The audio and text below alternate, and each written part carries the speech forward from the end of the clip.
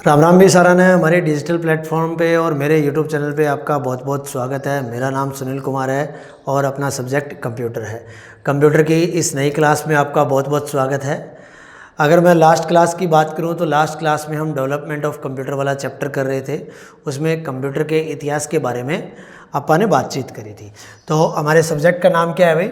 Computer. Computer बेहद ही सरल और टेक्निकल सब्जेक्ट है प्यारे विद्यार्थियों। आज की इस वीडियो में हमारा जो सेकंड चैप्टर चल रहा है उस चैप्टर का अगला टॉपिक आप करेंगे, जिस टॉपिक का नाम है कंप्यूटर की पीढ़ियाँ, यानी कि generation of computer. Generation of computer यानी कि हिंदी की बात करूं तो हम बोल सकते हैं कंप्यूटर की पीढ़ियाँ। कंप्यूटर की पीढ़ियाँ। प्यारे विद्यार्थियों, टॉपिक को स्टार्ट करने के पहले मैं आपको बता देता हूँ कि जिस प्रकार हमने कंप्यूटर का इतिहास देखा था कि सर्वप्रथम कंप्यूटर की उत्पत्ति किस प्रकार हुई थी और किस डिवाइस के रूप में उसका उद्भव हुआ था, उसमें कड़ी दर कड़ी हम एक एक नए डिवाइस को डिस्कस करते गए और कंप्यूटर में बदलाव आता गया और आज के मॉडर्न ज़माने में जो कंप्यूटर आप इस्तेमाल कर रहे हैं वो हमारे सामने है। तो इसी प्रकार जब कंप्यूटर का डेवलपमेंट हुआ, विकास हुआ, उसी कड़ी में कंप्यूटर के अंदर प्रोसेसिंग डिवाइस के रूप में, प्रोसेसिंग डिवाइस के रूप में, डिवाइस के रूप में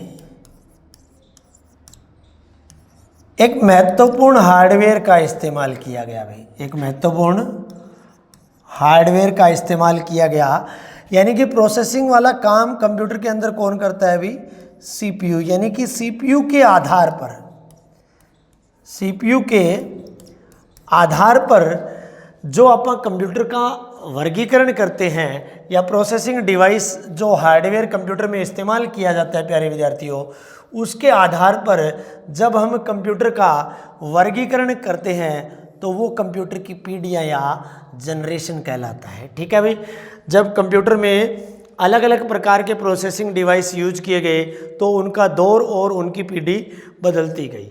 ठीक है, तो टॉपिक को शुरू करते हैं। सबसे पहले सर्वप्रथम हमें ये पता होना चाहिए कि जो जनरेशन ऑफ कंप्यूटर है वो क्या चीज़ है। तो उसकी मैं एक हल्की सी डेफिनेशन आपको लिख देता हूँ कि हार्डवेयर के आधार पर, हार्डवेयर के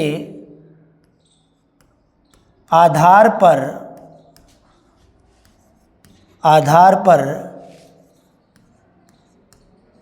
कंप्यूटर का वर्गीकरण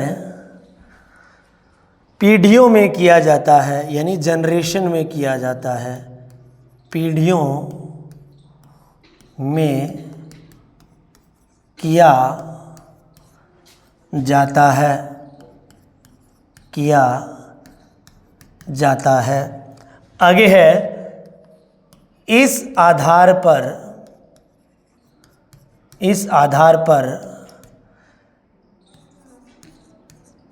कंप्यूटर को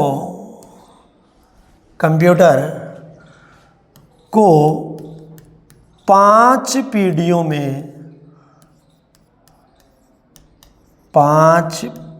में विभाजित किया जाता है, विभाजित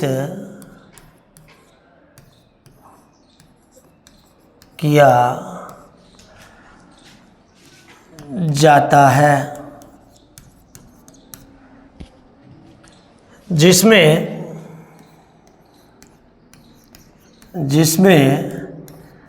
महत्वपूर्ण भूमिका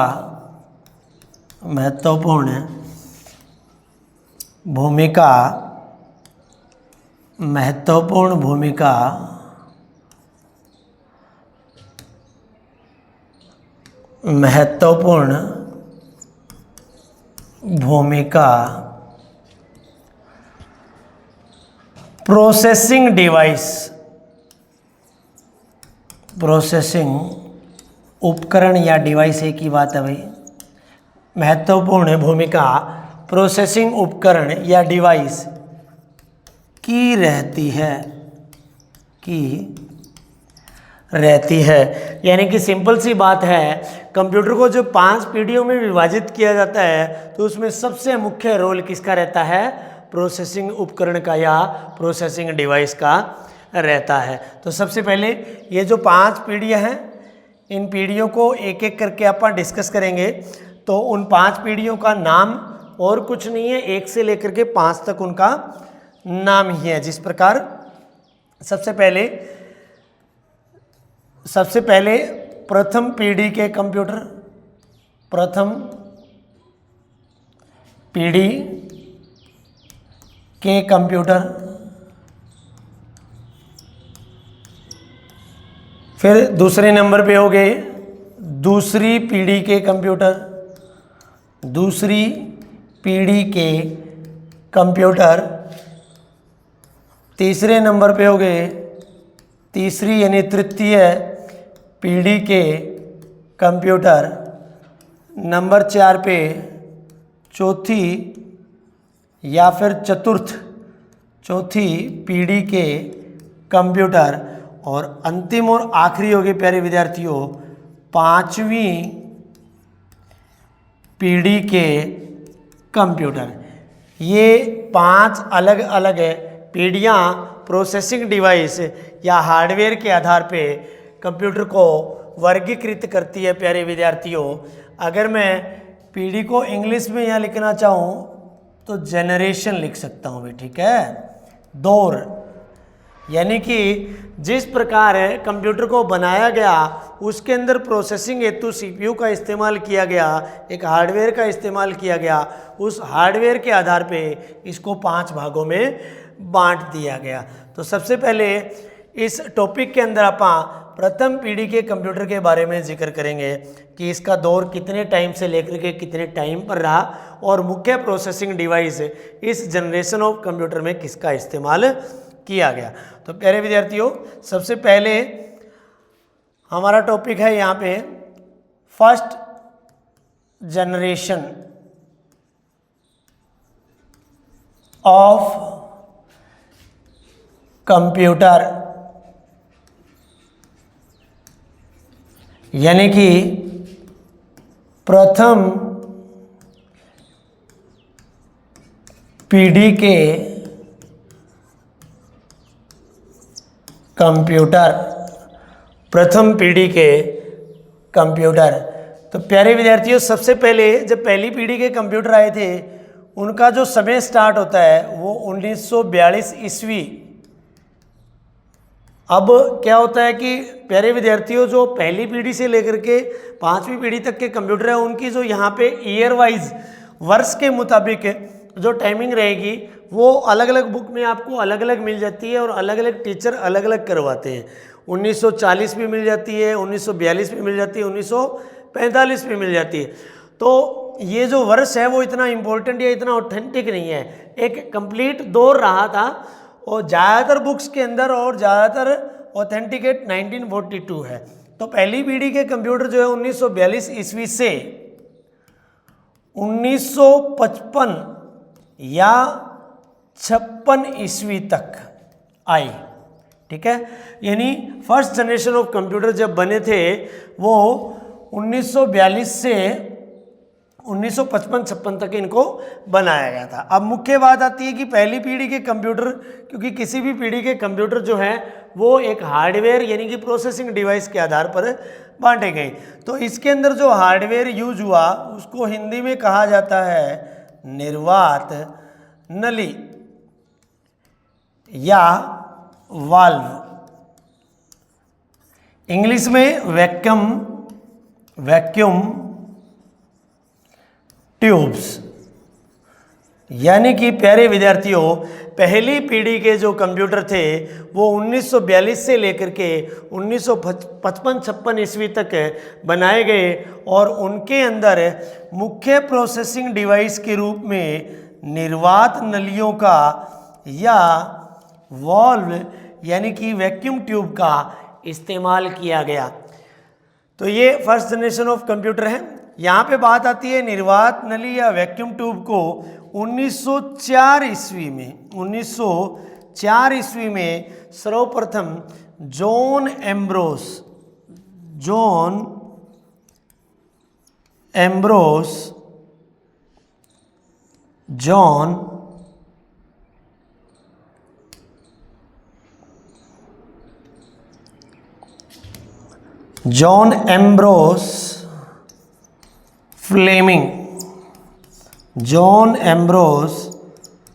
फ्लेमिंग ने बनाया। यानी कि जिस वैक्यूम ट्यूब को पहली पीढ़ी के कंप्यूटर में इस्तेमाल किया गया एज ए प्रोसेसिंग डिवाइस, उसको सर्वप्रथम 1904 ईस्वी में जॉन एम्ब्रोस फ्लेमिंग ने बनाया वैक्यूम ट्यूब को। तो प्यारे विद्यार्थियों, ये पहली पीढ़ी के बारे में एक छोटी सी डिटेल थी। आप इसका स्क्रीनशॉट लेना चाहते हो तो स्क्रीनशॉट भी ले सकते हो। ठीक है, आगे बढ़ते हैं। अभी जो पहली पीढ़ी के जो कंप्यूटर थे, उन कंप्यूटर के अंदर अगर लैंग्वेज की बात आती है तो लो लेवल लैंग्वेज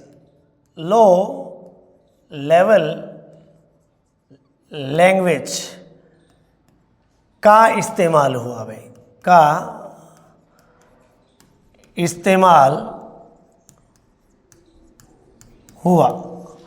कंप्यूटर के अंदर। लैंग्वेज की बात करूं तो प्यारे विद्यार्थियों, इसके अंदर लो लेवल लैंग्वेज का इस्तेमाल किया गया। और लो लेवल लैंग्वेज जो होती है ना, वो फर्दर दो टाइप की होती है भाई। ठीक है, एक होती है आपकी मशीन लैंग्वेज,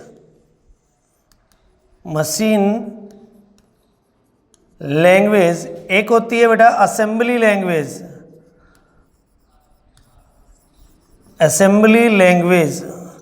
या असेंबली भाषा में लैंग्वेज को शॉर्ट में लिख रहा हूं, आप इसको पूरा समझ लेना। तो जो लो लेवल लैंग्वेज प्रथम पीढ़ी के कंप्यूटर में इस्तेमाल हुई थी ना, वो कौन सी हुई थी? मशीन लैंग्वेज इस्तेमाल हुई थी। और ये वाली जो लैंग्वेज है ना, ये द्वितीय पीढ़ी में इस्तेमाल हुई थी। ठीक है ना, ये ध्यान रखना। जब सेकंड जनरेशन ऑफ कंप्यूटर में आपको करवाऊंगा तो उस दौरान इसके अंदर मैं बता दूंगा। लेकिन पहली पीढ़ी के जो कंप्यूटर के अंदर इस्तेमाल हुई थी वो लो लेवल लैंग्वेज कौन सी हुई थी? मशीन लैंग्वेज इस्तेमाल हुई थी। इसके अलावा अगर मैं बात करूं तो ये कंप्यूटर है ना, मिली सेकेंड्स में कार्य करते थे। ठीक है, इनकी स्पीड इनका कार्य करना मिली सेकेंड्स में था। ठीक है, और इसके अलावा इसके अंदर जो ऑपरेटिंग सिस्टम इस्तेमाल किया गया था वो बिल्कुल भी नहीं था, नाम मात्र था। अगर उसका भी नाम अगर हम लिखना चाहते हैं तो बैच ऑपरेटिंग सिस्टम की टेक्निक इसमें इस्तेमाल की गई थी, या बैच ऑपरेटिंग सिस्टम इसमें इस्तेमाल किया गया था, जो कि ना के बराबर ही था, क्योंकि इतना ऑपरेटिंग सिस्टम प्रचलन पहली पीढ़ी के कंप्यूटर में प्रिय विद्यार्थियों नहीं था। लेकिन फिर भी ये पॉइंट्स बनते हैं कि बैच की तरह इसके अंदर पहली पीढ़ी के कंप्यूटर के अंदर इस्तेमाल किया गया और मिली सेकेंड्स में ये काम करता था। ठीक है, तो ये तो पहली पीढ़ी थी। पहली पीढ़ी के कंप्यूटर के एग्जाम्पल्स मैं आपको बता देता हूँ। ठीक है, एग्जाम्पल्स। ठीक है, जैसे कि मैंने आपको ये वाला कंप्यूटर करवाया था हिस्ट्री ऑफ कंप्यूटर में, ENIAC, ये पहली पीढ़ी का कंप्यूटर है। इसके अलावा आपको मैंने हिस्ट्री ऑफ कंप्यूटर में EDSEC बताया था, ये भी पहली पीढ़ी के कंप्यूटर का एग्जाम्पल है। इसके अलावा मैंने आपको EDVAC बताया था, UNIVAC बताया था मैंने आपको। ये सभी के सभी कंप्यूटर प्यारे विद्यार्थियों किस पीढ़ी के एग्जाम्पल हैं? पहली पीढ़ी के कंप्यूटर के एग्जाम्पल हैं। ठीक है, चलिए भी इसके बाद में नेक्स्ट सेकंड पॉइंट अपना बनता है सेकंड जनरेशन ऑफ कंप्यूटर, यानी कि द्वितीय पीढ़ी के कंप्यूटर द्वितीय पीढ़ी के कंप्यूटर। कोशिश करूंगा प्यारे विद्यार्थियों में आपको हर एक चीज़ कवर करवाने की, फिर भी कोई चीज़ अगर छूट जाती है तो आप मुझे याद दिलवा सकते हैं और उसको कंप्लीट करने की कोशिश की जाएगी। जिस प्रकार पहली पीढ़ी के कंप्यूटर का दौर चला था 1942 से लेकर के 1955-56 तक। अब 1955-56 तक जैसे ही पहली पीढ़ी के कंप्यूटर का दौर खत्म हुआ तो किसका चालू हो गया? द्वितीय पीढ़ी के कंप्यूटर का चालू हो गया। तो 1956 ईस्वी से 1964 ईस्वी तक किसका दौर रहने वाला है भाई? सेकंड जनरेशन ऑफ कंप्यूटर का दौर रहने वाला है। चलिए भी इसमें प्रोसेसिंग डिवाइस की बात कर लेते हैं अपन। मुख्य प्रोसेसिंग डिवाइस जो इस्तेमाल किया गया, क्योंकि पीढ़ी तभी बदली है जब प्रोसेसिंग डिवाइस बदला है। प्रथम पीढ़ी के अंदर कौन सा प्रोसेसिंग डिवाइस था? निर्वात नली या फिर वॉल्व, या इंग्लिश की बात करूं तो वैक्यूम ट्यूब्स। उस वैक्यूम ट्यूब्स को रिप्लेस करने का काम किया ट्रांजिस्टर ने। किसने? ट्रांजिस्टर ने। जैसे ही वैक्यूम ट्यूब को ट्रांजिस्टर ने रिप्लेस किया तो वो कौन सी पीढ़ी बन गई? सेकंड जनरेशन ऑफ कंप्यूटर बन गई। ठीक है, तो ये जो ट्रांजिस्टर है इसको 1947 ईस्वी में पहली बार बनाया गया। ये ईयर याद रखना बहुत ही आसान है। आप इसको याद रख सकते हो कि भारत आज़ाद कब हुआ था? 1947 ईस्वी में आज़ाद हुआ था, और उसी वक्त आपका क्या था? पहला दुनिया का ट्रांजिस्टर बनाया गया था। ठीक है, ट्रांजिस्टर के बारे में बता देता हूँ मैं। 1947 ईस्वी में, ठीक है, यहाँ दोबारा लिख देता हूँ मैं, ट्रांजिस्टर्स या ट्रांजिस्टर कब बनाया गया? 1947 के अंदर बनाया गया। ट्रांजिस्टर को बनाने वाले 3 बंदे थे भाई। पहले प्राणी का नाम था जॉन बार्डिन, दूसरे प्राणी का नाम था विलियम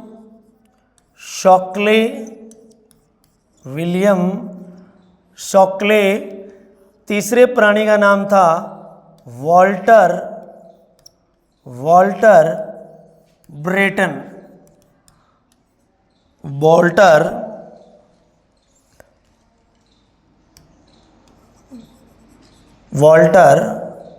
ब्रेटन, चलिए भाई, वॉल्टर ब्रेटन।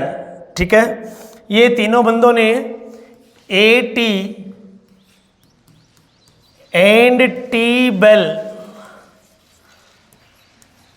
लैब में इस जगह पे दुनिया का पहला ट्रांजिस्टर 1947 के अंदर बिल्डअप किया था, बनाया था। तो प्यारे विद्यार्थियों, ये तो ट्रांजिस्टर था जिसने वैक्यूम ट्यूब को, जो कि पहली पीढ़ी के कंप्यूटर में इस्तेमाल हुई थी, उसको रिप्लेस कर दिया था। और देन कंप्यूटर कौन से ज़माने के आ गए थे?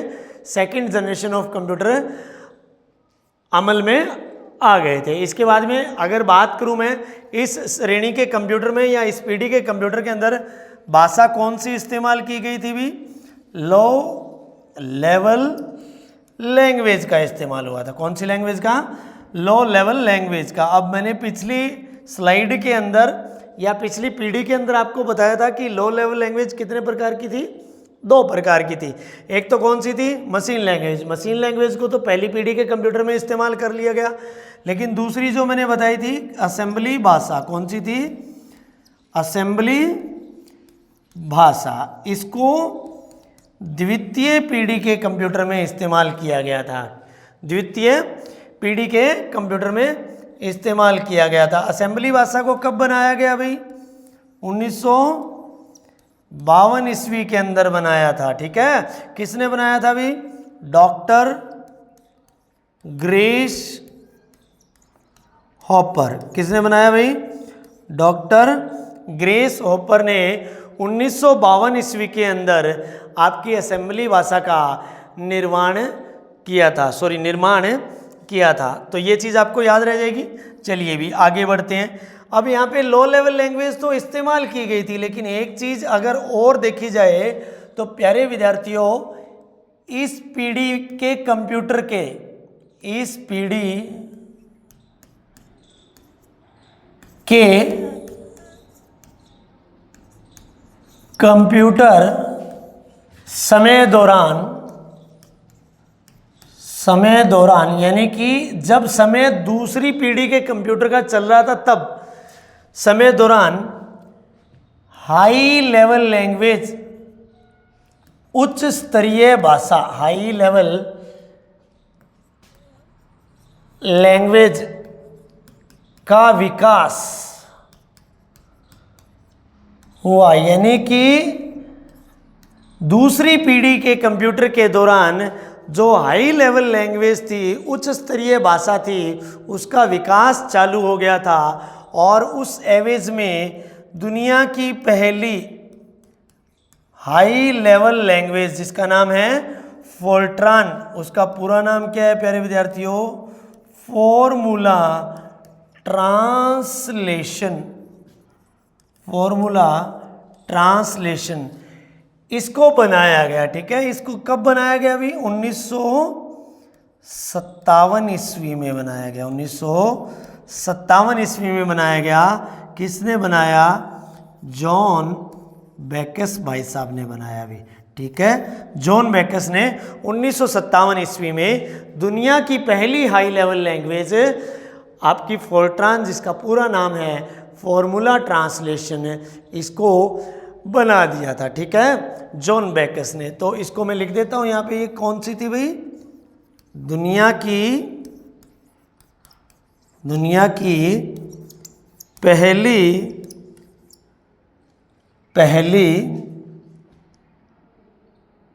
हाई लेवल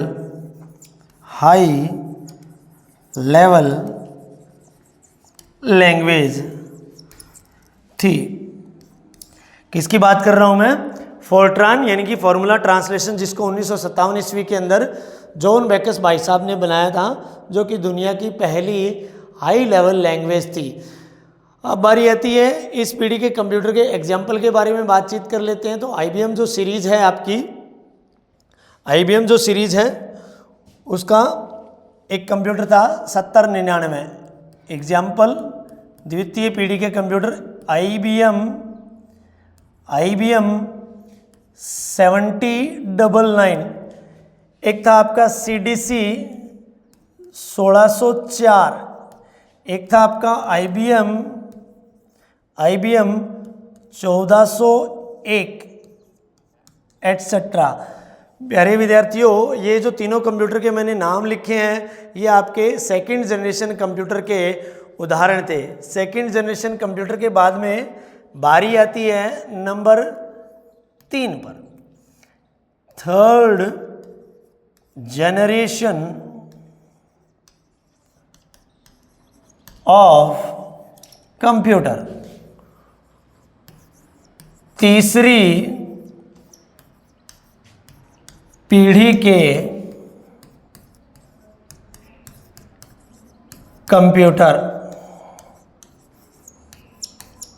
चलिए भाई, तीसरी पीढ़ी के कंप्यूटर, इनका दौर प्यारे विद्यार्थियों, जब दूसरी पीढ़ी के कंप्यूटर का दौर 1964 में ख़त्म हुआ, उसी टाइम 1965 ईस्वी से लेकर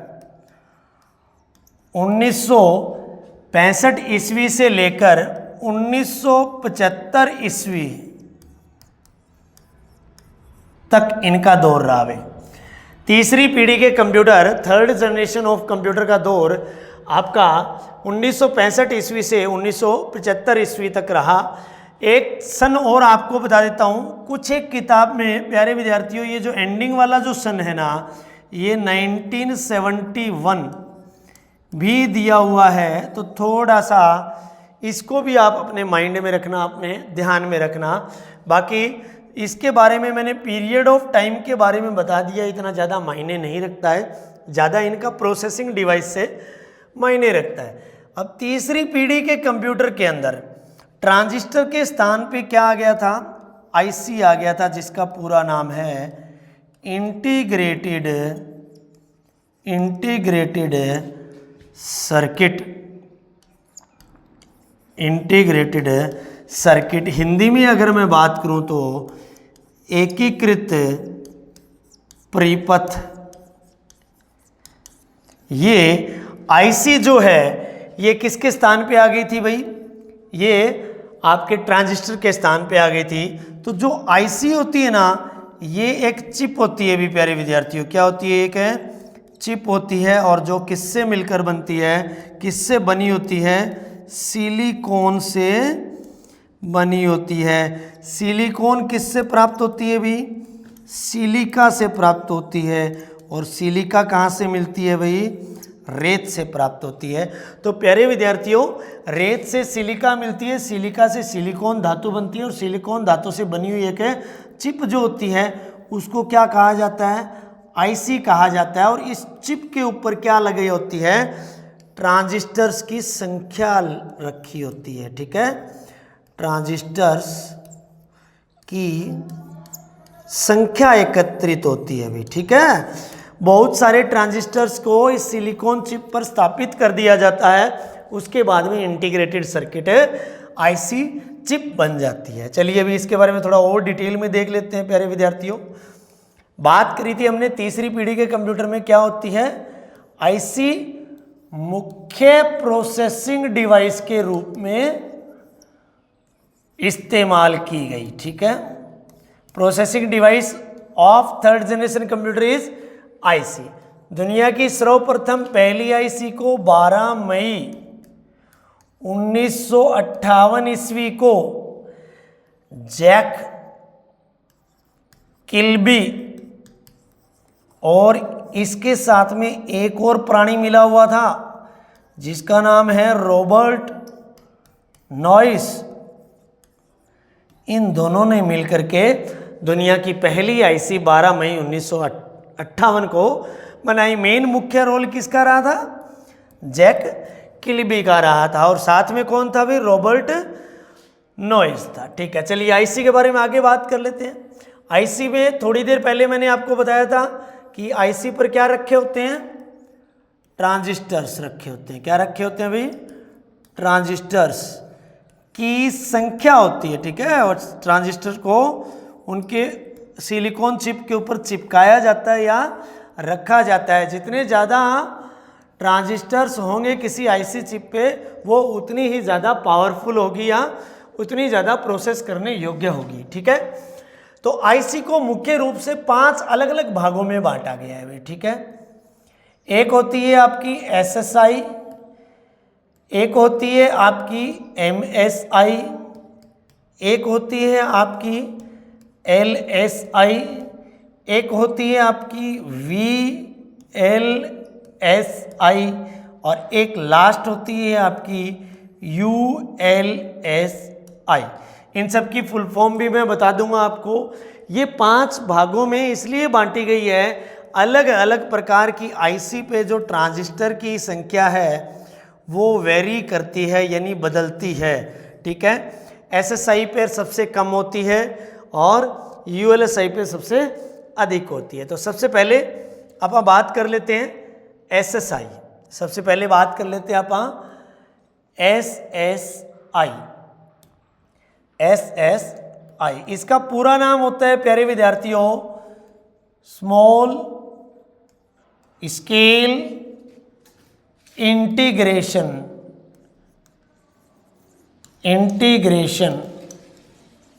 यानी कि इस प्रकार की आईसी पे जो ट्रांजिस्टर है वो 100 से कम होते हैं या 100 तक होते हैं। ठीक है, 100 से कम होते हैं। उसके बाद में दूसरी होती है एमएसआई। इसको कहा जाता है मीडियम स्केल इंटीग्रेशन। ठीक है, मीडियम स्केल इंटीग्रेशन। इस पे जो ट्रांजिस्टर की जो संख्या होती है 100 से 10,000 तक होती है, 10,000 तक होती है प्यारे विद्यार्थियों। तो आपको आईसी के पार्ट में करवा रहा हूं अलग अलग। सबसे पहले स्मॉल स्केल इंटीग्रेशन यानी कि एसएसआई, दूसरा होता है MSI पे संख्या जो होती है वो 100 से 10,000 तक होती है। चलिए भी अगला टाइप इसका देखते हैं, LSI लार्ज स्केल इंटीग्रेशन। इस प्रकार की आईसी पे 10,000 से 1,00,000 तक ट्रांजिस्टर की संख्या अवेलेबल होती है या चिपकाए जाते हैं। तो हमने 5 प्रकार की आईसी में से सबसे पहले अभी तक 3 प्रकार की आईसी देख ली। इन 3 प्रकार की आईसी को थर्ड जनरेशन ऑफ, ये जनरेशन को मैं शॉर्ट लिख रहा हूं, ठीक है, थर्ड जनरेशन ऑफ कंप्यूटर में इस्तेमाल किया गया। यानी कि आईसी जो है प्रोसेसिंग डिवाइस के रूप में तीसरी पीढ़ी के कंप्यूटर में इस्तेमाल किया गया प्रोसेसिंग डिवाइस है। उसमें एसएसआई, एमएसआई और एलएसआई तीनों प्रकार की आईसी का इस्तेमाल किया गया। अब 2 टाइप बच गया, वीएलएसआई और यूएलएसआई, उनको भी कर लेते हैं। और उनको थर्ड जनरेशन ऑफ कंप्यूटर में इस्तेमाल नहीं किया गया, उनको फर्दर 4th एंड 5th पीढ़ी के अंदर इस्तेमाल किया गया। तो चौथा टाइप क्या था, VLSI, यानी कि वेरी लार्ज स्केल इंटीग्रेशन। जिस प्रकार मैंने आपको बताया था कि जो तीसरी पीढ़ी के कंप्यूटर थे उसमें कौन सी आईसीज इस्तेमाल की गई, एसएसआई, एमएसआई और एलएसआई। तो जो लार्ज स्केल इंटीग्रेशन बेस पे एलएसआई थी उसमें ट्रांजिस्टर की संख्या कितनी थी भाई, 10,000 से लेकर के 1,00,000 तक थी। तो वेरी लार्ज स्केल के अंदर क्या हो जाएगी, 1,00,000 से अधिक, ठीक है, 1,00,000 से अधिक ट्रांजिस्टरों की संख्या जिस आईसी पे स्थापित की गई वो प्यारे विद्यार्थियों वीएलएसआई कहलाई। और वीएलएसआई जो आईसी थी उसका नाम क्या पड़ा, माइक्रो प्रोसेसर। क्या पड़ा भाई, माइक्रो प्रोसेसर। क्या पड़ा, माइक्रो प्रोसेसर पड़ा। और इसको किस पीढ़ी में इस्तेमाल किया गया, 4th जनरेशन में, 4th जनरेशन ऑफ कंप्यूटर के अंदर VLSI very large scale based integration पे जिस पर 1,00,000 से अधिक ट्रांजिस्टर लगे हुए हों उस आईसी को माइक्रो प्रोसेसर कहा जाता है और उसको चौथी पीढ़ी के कंप्यूटर में इस्तेमाल किया गया। अंतिम कौन सी थी भाई, ULSI. ULSI ultra large scale integration. Ultra large scale integration, जिस प्रकार 1,00,000 से अधिक very large scale integration based पे 1,00,000 से अधिक आपके क्या थे भाई, 1,00,000 से अधिक ट्रांजिस्टर की संख्या इसके ऊपर थी। तो इसके अंदर भाई 10,00,000 से अधिक, इसके ऊपर कितनी हो जाएगी, 10,00,000 से अधिक, 10,00,000 से अधिक ट्रांजिस्टर जिस आईसी पे स्थापित किए गए वो ultra large scale base integration कहलाई। ठीक है, चलिए भाई, तो ultra large scale base integration इसको किस पीढ़ी में इस्तेमाल किया गया भाई, 5th जनरेशन ऑफ कंप्यूटर के अंदर इस्तेमाल किया गया। और इस प्रकार की आईसी भी क्या कहलाती थी, माइक्रो प्रोसेसर कहलाती थी। कौन सी, यूएलएसआई बेस्ड को भी माइक्रो प्रोसेसर बोला गया। माइक्रो प्रोसेसर कब आ गया था, चौथी पीढ़ी में ही आ गया था। आईसी के बढ़ते हुए रूप को ही क्या बोला गया, माइक्रो प्रोसेसर बोला गया। ये वाला जो माइक्रो प्रोसेसर था वो वेरी लार्ज स्केल बेस्ड पे था और ये वाला जो था यूएलएसआई ये अल्ट्रा लार्ज स्केल बेस्ड वाला माइक्रो प्रोसेसर कहलाया। तो जो आईसी है तीसरी पीढ़ी के कंप्यूटर के अंदर इस्तेमाल की गई थी। होप सो, मैं उम्मीद करता हूं कि ये आपको समझ में आ गया होगा। ठीक है, अब अपन लैंग्वेज की बात कर लेते हैं। तीसरी पीढ़ी के कंप्यूटर के अंदर जो लैंग्वेज यूज की गई थी वो किस प्रकार की यूज की गई थी? हाई लेवल लैंग्वेज का इस्तेमाल हुआ था भाई। तीसरी पीढ़ी के कंप्यूटर में हाई लेवल लैंग्वेज का इस्तेमाल हुआ। लाइक जैसे कि प्रोग्रामिंग लैंग्वेज 1 हो गई, इसके अलावा आपकी बेसिक लैंग्वेज हो गई, ये भी एक हाई लेवल लैंग्वेज थी, बेसिक। इसके अलावा आपकी पास्कल जो लैंग्वेज थी, पास्कल जो थी, ये तीनों ही लैंग्वेज आपकी हाई लेवल लैंग्वेज थी। तो प्यारे विद्यार्थियों, हाई लेवल लैंग्वेज का इस्तेमाल जो कि प्रोग्रामिंग लैंग्वेज बेसिक और पास्कल जैसी थी, इनको तीसरी पीढ़ी के कंप्यूटर के अंदर इस्तेमाल किया गया। तीसरी पीढ़ी के कंप्यूटर के दौरान सुपर कंप्यूटर की भी शुरुआत हुई थी भी। ठीक है, सुपर कंप्यूटर की शुरुआत भी इसी पीढ़ी में हुई। यानी कि जब तीसरी पीढ़ी के कंप्यूटर बन रहे थे या उनका दौर चल रहा था, तो सुपर कंप्यूटर जो था वो भी इस पीढ़ी में बनना शुरू हो गया था। इसके अलावा एक मुख्य बात और है, इस पीढ़ी के दौरान, इस पीढ़ी के दौरान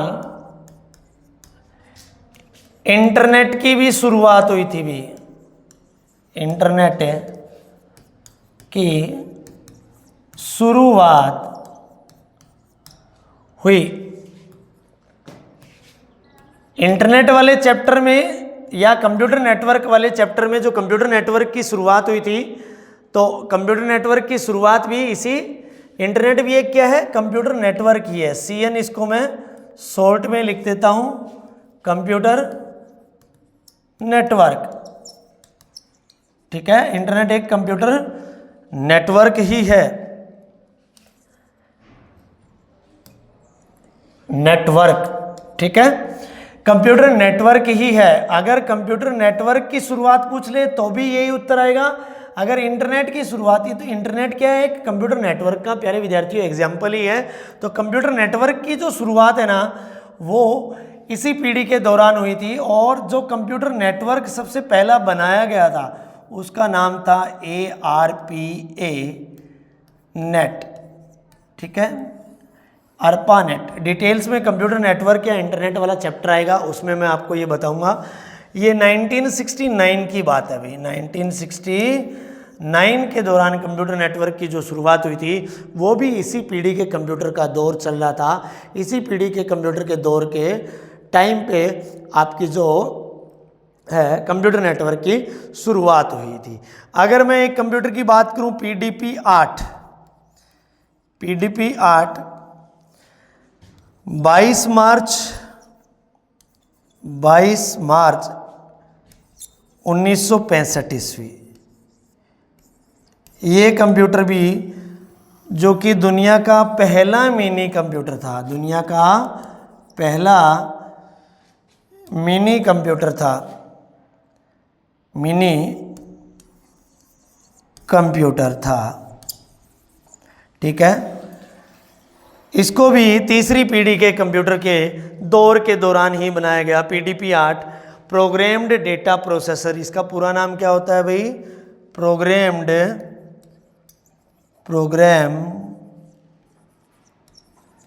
डेटा प्रोसेसर। ये भी एक मोस्ट इंपॉर्टेंट फुल फॉर्म है, एक दो बार क्वेश्चन पूछा गया है। प्रोग्राम्ड डेटा प्रोसेसर 22 मार्च 1965 ईस्वी को इस मिनी कंप्यूटर को बनाया गया। तो प्यारे विद्यार्थियों, ये तीसरी पीढ़ी के कंप्यूटर थे। कौन से थे ये? तीसरी पीढ़ी के कंप्यूटर थे। इनके एग्जाम्पल के बारे में आप लिख लेते हैं। एक तो एग्जाम्पल यही हो गया अभी। ठीक है, एग्जाम्पल लिख लेते हैं आप।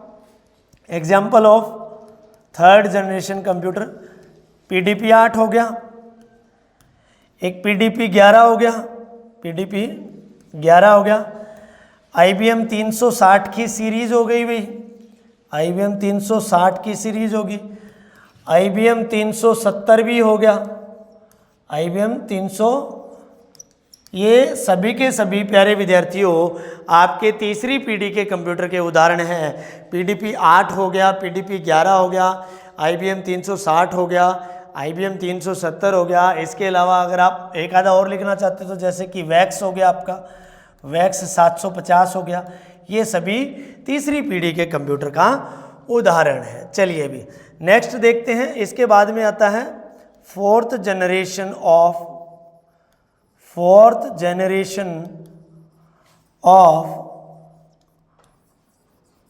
कंप्यूटर, यानी कि चौथी पीढ़ी के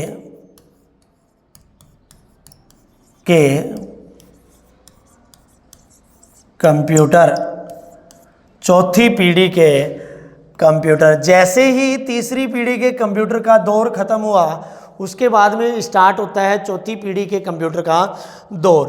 तो 1971 या 1975, तो 1975 ईस्वी से 1989 ईस्वी तक ये जो समय है, ये जो दौर है प्यारे विद्यार्थियों, चौथी पीढ़ी के कंप्यूटर का समय रहने वाला है। पहला जो माइक्रो प्रोसेसर है वो इसी पीढ़ी के कंप्यूटर में इस्तेमाल किया गया।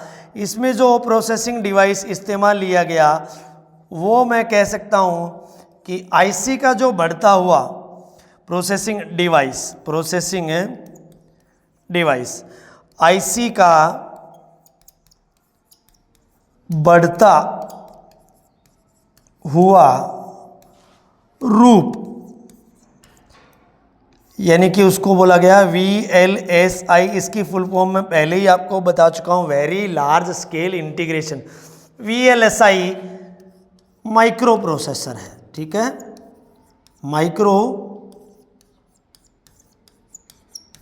प्रोसेसर, ठीक है। माइक्रो प्रोसेसर का इस्तेमाल किस में हुआ था? चौथी पीढ़ी के कंप्यूटर में इस्तेमाल हुआ था। Very large scale integration base पे आपकी आईसी का बढ़ता हुआ रूप इसके अंदर लिया गया, जिसका नाम क्या कहलाया भाई प्यारे विद्यार्थियों? माइक्रो प्रोसेसर कहलाया। इसी केस में अगर मैं बात करूं तो दुनिया का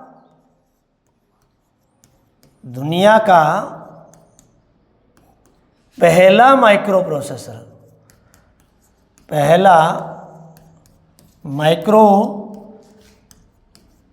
प्रोसेसर, ठीक है, इंटेल 4004, ठीक है। कंपनी की बात करूं तो किसने बनाया भाई? इंटेल कंपनी ने ही बनाया।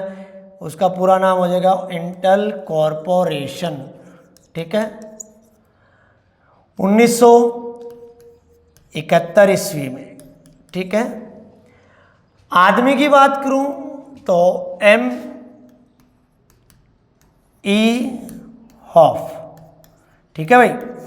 प्यारे विद्यार्थियों, माइक्रो प्रोसेसर की यहाँ पे बात हो रही है। चौथी पीढ़ी के कंप्यूटर के अंदर जो micro processor VLSI very large scale based पे इस्तेमाल किया गया, और वहीं पे बात होती है कि दुनिया का पहला जो माइक्रो प्रोसेसर है वो इंटेल 4004 है।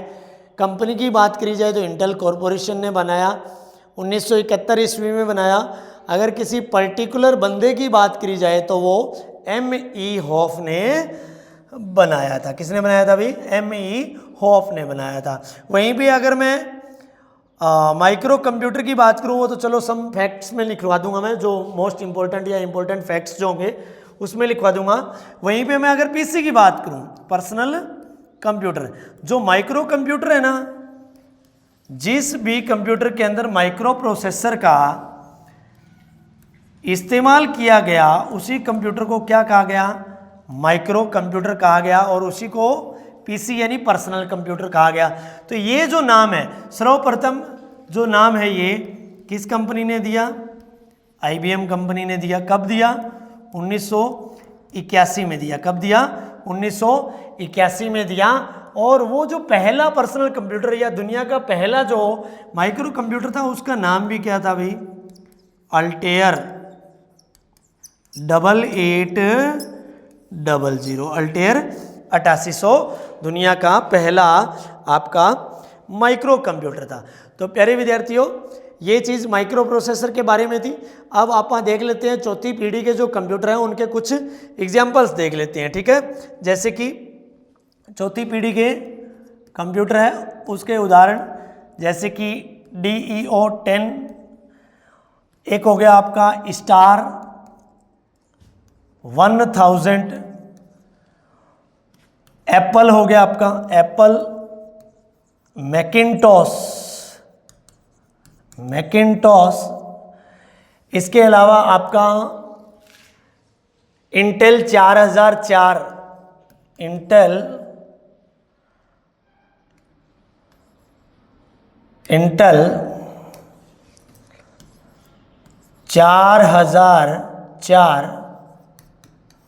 चिप्स, ये आपके DEO 10, star 1000, Apple Macintosh, Intel 4004 chips, ये सारे के सारे क्या है? आपके चौथी पीढ़ी के कंप्यूटर के एग्जाम्पल है। इसके अलावा क्रे 1, ये एक सुपर कंप्यूटर का नाम है, ये भी आपका चौथी पीढ़ी के कंप्यूटर में गिना जा सकता है। तो प्यारे विद्यार्थियों, यहाँ पे चौथी पीढ़ी के हमने उदाहरण देखे। नेक्स्ट जो आता है पांचवी पीढ़ी, फिफ्थ जनरेशन ऑफ कंप्यूटर, यानी कि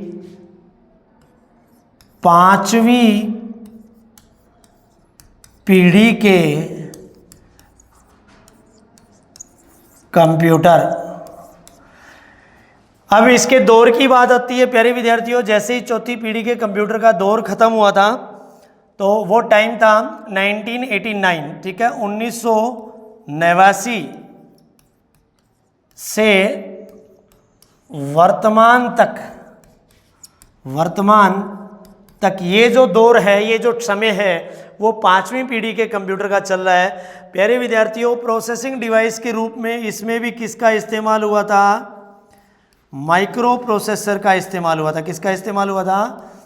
माइक्रो प्रोसेसर का इस्तेमाल हुआ था, वो भी ultra large scale integration base पे, ULSI बेस पे, जो कि IC का बढ़ता हुआ पांचवा रूप था। ULSI बेस्ड आपकी फिफ्थ जनरेशन के कंप्यूटर रहने वाले हैं। सबसे मेन बात ये है कि इस पीढ़ी के कंप्यूटर के अंदर ज़्यादा बढ़ावा किसको दिया गया भाई?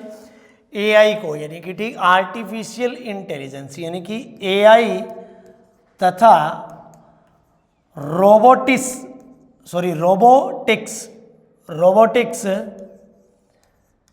सिस्टम को इस पीढ़ी के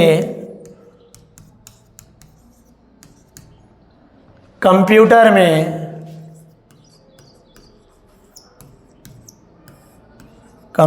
में बढ़ावा दिया गया। यानी कि AI, यहाँ पे बात हो रही है आर्टिफिशियल इंटेलिजेंस की।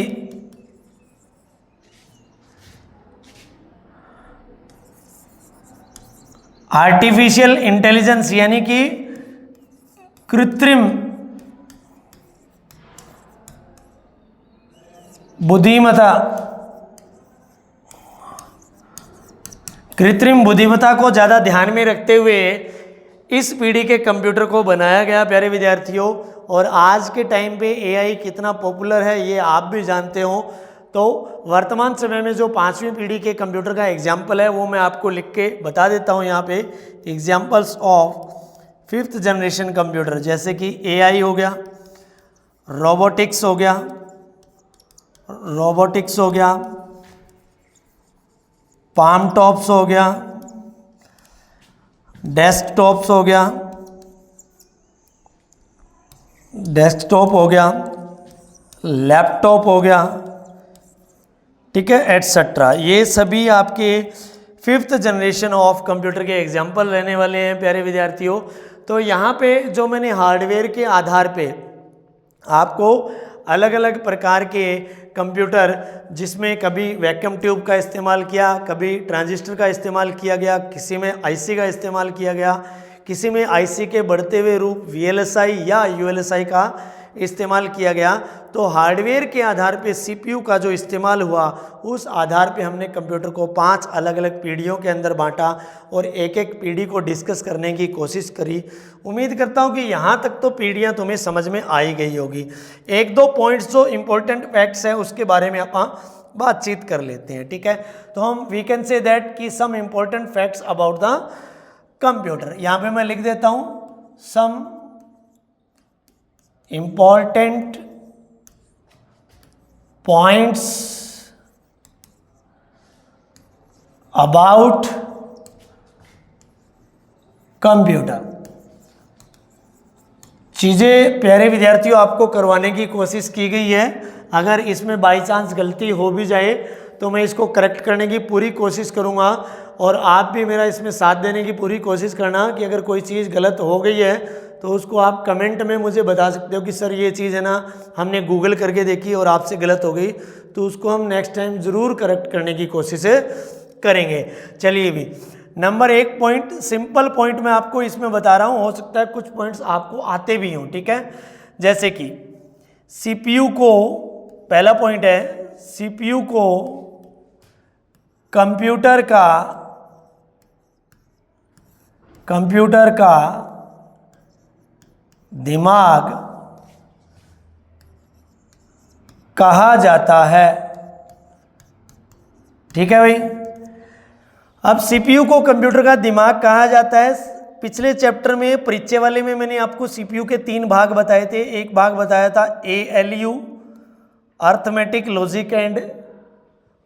And logic unit. दूसरा मैंने आपको बताया था सीयू यानी कि कंट्रोल यूनिट, ठीक है। तीसरा मैंने बताया था एमयू या रजिस्टर यानी कि मेमोरी यूनिट, ठीक है। तो मेमोरी यूनिट तो ये तो खुद की मेमोरी होती है भी रजिस्टर सीपीयू की। ये arithmetic and logical calculation, mathematical calculation हल करता है, और ये होती है भी नियंत्रण इकाई। ये क्या होती है? नियंत्रण इकाई। ये चीज़ मैं आपको दोबारा इसलिए बता रहा हूँ क्योंकि कई बार एग्जामिनर प्यारे विद्यार्थियों क्वेश्चन में गड़बड़ी कर देता है। अगर वो कंप्यूटर का दिमाग सिंपल तरीके से पूछ ले और उसमें सीपीयू ऑप्शन हो तो आप इसको टिक करके आ जाना। अदरवाइज कई बार वो सीपीयू को ऑप्शन में नहीं देता है, इन तीनों को ऑप्शन में दे देता है, और चौथा इनमें से कोई नहीं है ये बोल देता है। तो उस केस में आपको सीयू को टिक करना है भाई, ठीक है, ये ध्यान रखना। अगर वो डीप में अंदर चला जाए तो आपका कंट्रोल यूनिट, नियंत्रण इकाई सीयू कंप्यूटर का दिमाग होता है। अगर ये चीज़ें ऑप्शंस में ना हो, सीयू ना हो, तो आपको सीपीयू ऑप्शन में मिलेगा, और ये दोनों भी ना हो ऑप्शन में तो प्यारे विद्यार्थियों आपको माइक्रो प्रोसेसर ऑप्शन में मिलेगा। क्या मिलेगा? माइक्रो प्रोसेसर ऑप्शन में मिलेगा। इसीलिए मैंने ये चीज़ें आपको डिटेल में बताई है। तो कंप्यूटर का जो दिमाग होता है वो माइक्रो प्रोसेसर भी होता है, सीयू भी होता है, सीपीयू भी होता है, और सीपीयू का ही दूसरा नाम क्या होता है? माइक्रो प्रोसेसर होता है। और माइक्रो प्रोसेसर प्यारे विद्यार्थियों अभी अपन ने डिस्कस किया था VLSI जो कि आईसी का बढ़ता रूप है, ULSI जो कि आईसी का बढ़ता हुआ रूप है। इन दोनों को माइक्रो प्रोसेसर कहा जाता है। जब आईसी को चौथी पीढ़ी में VLSI और 5वीं पीढ़ी में ULSI बेस्ड पे इस्तेमाल किया गया तो उसका नाम क्या पड़ गया था? माइक्रो प्रोसेसर पड़ गया था। क्या पड़ गया था? माइक्रो प्रोसेसर पड़ गया था, ठीक है। दूसरा पॉइंट ईमेल सर्विस को, ईमेल सेवा को या सर्विस को रे टॉमलिंसन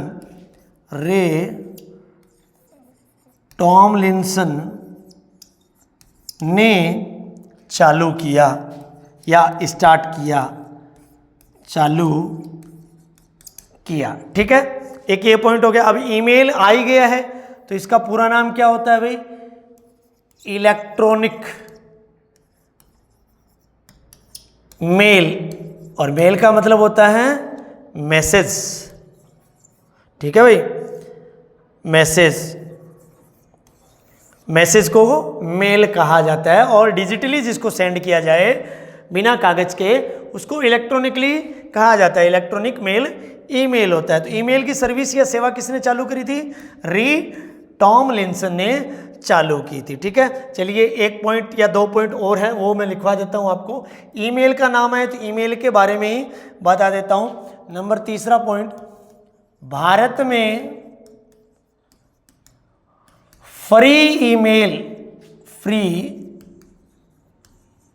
ईमेल सेवा देने का कार्य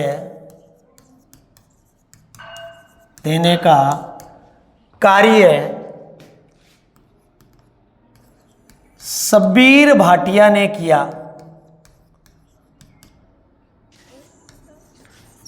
शब्बीर भाटिया ने किया। ये एक मुख्य इंपॉर्टेंट पॉइंट है अभी। शब्बीर भाटिया ने भारत के अंदर फ्री ईमेल सर्विस दी थी। इसके अलावा एक पॉइंट मैं वापस रिपीट कर रहा हूं, दुनिया का, जो पहले भी आ चुका है, दुनिया का पहला पीसी अल्टेयर 8800 है। ठीक है, पीसी दुनिया का पहला पीसी। तो इसमें एक पॉइंट और बन जाता है फिर, भारत का पहला पीसी सिद्धार्थ